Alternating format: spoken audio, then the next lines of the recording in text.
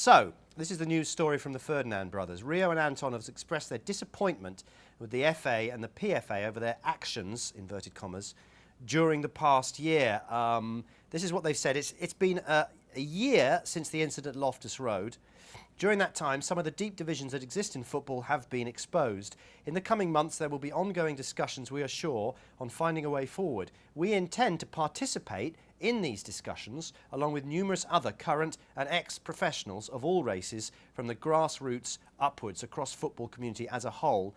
On the issue of Kick It Out, we'd like to go on the record to say what fantastic work they've done in the past regarding education and awareness. However, times change and organisations need to change with them. We're more than happy to join the discussion privately to make Kick It Out more relevant in its fight to stamp out racism in football. Although we've been left disappointed by the PFA and the FA's actions over the last year, as a family we're committed to working with football's existing organisations.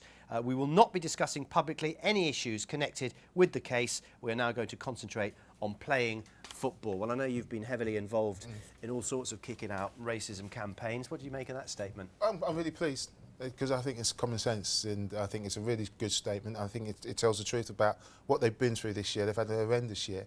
You know, going through the court case, obviously John Terry being found not guilty, and then the FA charging him and finding him guilty. And then the apology from John Terry, which was sort of an admission in their eyes that, you know, that they had done nothing wrong, which they hadn't. They were the ones who had been abused. So I think it's a great statement because it says about their disenchantment with the authorities, but it also says that they're going to work with the organisations who've been working at this for many years. What is it that they're actually disappointed about? I mean, the FA gave John Terry quite a stiff punishment, didn't they? No. No? Not at all. It's not stiff at all. Not stiff. Not 4 stiff matches at all. and 220 grand. It's nothing at all. Nothing. I mean, you get public exposure. No, you get three. Yeah, but look, the punishment's got to fit the crime. That's going to stick with him for the rest of his life yeah, now. but you've got to understand. In that year, Anton Ferdinand and Rio Ferdinand got absolutely pelted. Their mother was absolutely totally castigated. She couldn't go to her house at times. You know, so it's not just about the punishment. What do you mean she couldn't go to her house? Well, the people coming out in favour of John Terry, who supported John Terry, and said, look, he'd done nothing wrong, he's not a racist, which wasn't what it was all about. You have to work at these things until you do get rid of it from football. And you know what? What will happen is that you'll have people not doing it within grounds. They'll take it outside, and then organisations like mine will deal with it out. So Race the Red Card will deal with trying to deal with it outside the ground. But first, eradicate it from the football ground. So they can't do it, and if it does, they're banned from the ground. Is it possible for Show Racism the Red Card and Kick It Out to become one? No, because we work on different. Kick It Out works on trying to deal with problems within the game. Show Racism the Red Card is an education. They work with councils who deal with the education authorities and teacher training. So they're different organisations, but they work in partnership with the PFA, with the FA, with the Premier League. You've got to work in partnership. That is key. We've been talking about the race row that exploded over the last week. We want to talk now about the Rooney Rule because I want to explain first of all what it is. I have a bugbear. I think a lot of people are pontificating on it, they're against it, but they don't know what it is. So let's have a look at what it is in detail. Here it is. The Rooney Rule requires NFL teams with senior coaching vacancies to interview at least one candidate from an ethnic minority. It was established in 2003 after a study found that minorities held just 6% of senior coaching positions in America, despite forming a majority in playing staff of 70%. Within 3 years of implementing it, the percentage of African American coaches had risen to 22%. So we can see the benefits of having it in America. The issue for me is that we do need it in this country because we do need to actually mine the talents that young black coaches and the potential they have of being managers. But a lot of people are against it because they think it's imposing quotas. I am always been against discrimination. Is it positive or negative, what they called in France positive discrimination? I feel no matter what job you do in life, you should just do it because you deserve to do it and because you have the quality to do it. And you have to favorize access to everybody to manage football. But just to put a quota out, for me, is exactly against what sport has to be. Sport is about competition and competence. And that will have exactly the opposite effect than what it should have, because it's it's you can say as well then, why do you leave him out? He's better than the guy who's in place just because you have a quota. It's again a kind of racism, you know. We've been rowing in the studio while you've been watching that because I think Arsene Wenger has misunderstood the concept of the Rooney Rule. I never thought I'd see the day I'd say Arsene Wenger's misunderstood something, but the Rooney Rule is not about quotas. It is not about shoehorning black candidates into jobs, giving it to them on a plate. What it is about is saying if a vacancy becomes available, you include a competent black candidate on the shortlist and you interview them. They might not be right for the job, and if that's the case, you don't give them the job. But it is not about giving jobs to black coaches or black managers on a plate. 70% of the workforce in America in NFL was black. So there again, as they grow and they get older and they stay in that field, you're going to have, say, more apples to choose from. Now what we want to do in England is get more black players playing, more black players coaching, more black coaches, managers. That doesn't hold water. That argument doesn't hold water. We we already have a substantial black representation in the Premier League, in the Championship, and in Leagues 1 and 2. Yes, and in time. And also, we have a rich 15, history. 20 We have a years rich behind history of the black NFL. players coming through and showing themselves to be good leaders, good strategists. Right, but how many of them wanted to be managers? Well, a large proportion of them See, wanted this is to where I become think the Rooney managers, Rule. but they've just not had I the think you chances look at to. the Rooney Rule and you open the gate and you invite ethnic minorities to apply for the job, knowing that they're going to be on an equal footing. Let's just stop something here. We keep saying ethnic minorities to be politically correct. We're talking about black candidates. Not just black though. Well, in theory, it's not just black, but at the moment we have Yes. black footballers Yes. and white footballers. Yeah, okay. And everyone keeps saying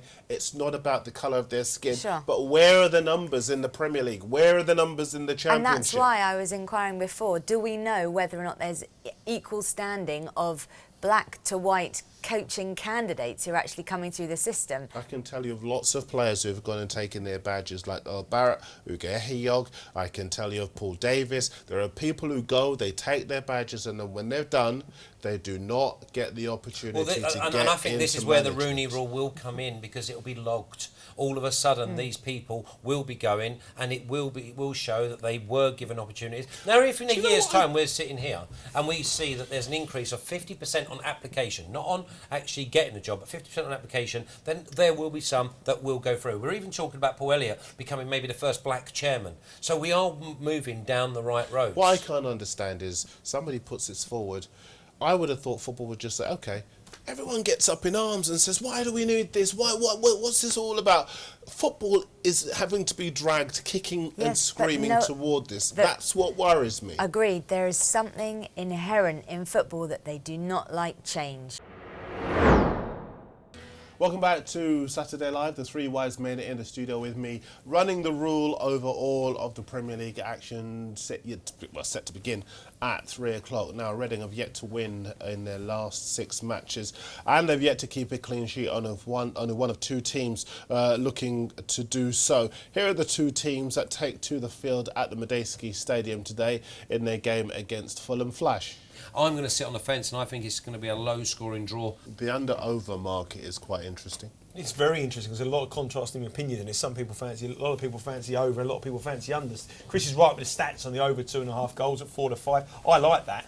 There hasn't been a draw in the last 8 games between these two, and I think the draw here makes some appeal. I think both teams will be happy with a point, and I think a high-scoring draw is on the cards. I think a 2-2 or maybe even a 3-3. We've had an awful lot of 3-3s, especially in the Football League in the last few weeks. It's 50 to 1, 66 to 1, and it proves to pay dividends by backing the 3-3s. You always get one a week. Here, let's go to Rory, who's watching the game between Reading and Fulham. Fulham were 2-1 up in that game. 2-2. Yes! Hurry up already. Ball bounced around in the box, coming in from the left, and he's been on hands, running in at the right place at the right time to tap it home. Schwartz, nothing he could do. Incredible stuff at the Madejski Stadium. This man here in the studio is punching the air. I tipped up the draw, and a good friend of mine who's not sitting too far away from me said if it's a draw, it'll probably be 2-2. So if you want to go over to the butler, I'm sure there'll be a big smile on his face. I think there might well be. That's why he wears those expensive suits. Bet butler. Not only did I say the 2-2, I said the draw at half-time, Arsenal full-time, under 2.5 goals in Sunderland. So I tell you what, it's been a great, great afternoon for us here. That looks like an absolute belter. So I said the DW the Medeski is between Reading and Fulham. Rory's watching. Rory, which way's it gone?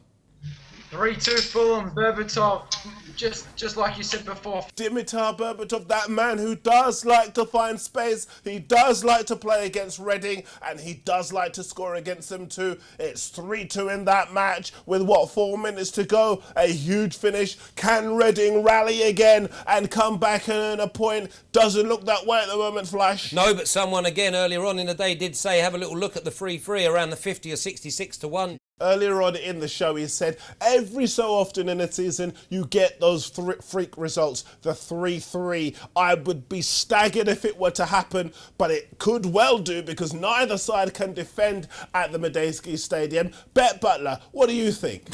So would I be staggered. I'm lost for words, Andrew. I can't believe the last time I got so many things right.